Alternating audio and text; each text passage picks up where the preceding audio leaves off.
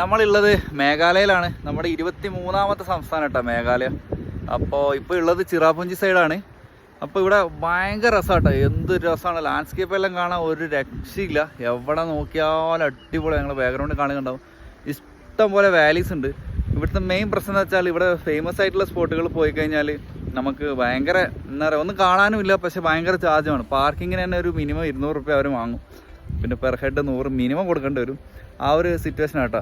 പക്ഷേ കുറേ സ്കാം നടക്കുന്നുണ്ട്. പക്ഷേ ബാക്കിയുള്ള പ്ലേസസ് ഒരു രക്ഷയില്ല. പോകുന്ന റൂട്ടാണ് ഏറ്റവും മനോഹരം. ക്യാമ്പിങ് കാര്യങ്ങളൊക്കെ ചെയ്യാൻ വേണ്ടിയിട്ട് ഇഷ്ടംപോലെ വാലീസ് ഉണ്ട് കേട്ടോ, ഒരുപാട്. ഞാൻ ഇന്നലെ ക്യാമ്പ് ചെയ്ത് എവിടെയായിരുന്നു, എന്ത് മനോഹരം നോക്കിയാൽ നമ്മുടെ വിൻഡോസിൻ്റെ വാൾപേപ്പറൊക്കെ നോക്കുന്ന പോലെയാണ്. അതുപോലെ രസമാണ്.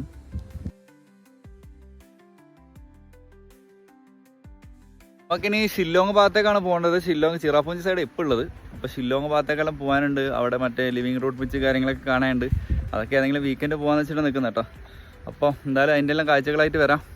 എന്തായാലും മേഘാലയ എന്തായാലും മസ്റ്റായിട്ട് വരാൻ ശ്രമിക്കാം കേട്ടോ. നോർത്ത് ഈസ്റ്റ് ശരിക്കും ഒരു സംഭവമാണ്, അടിപൊളി, ഒന്നും പറയാനില്ല.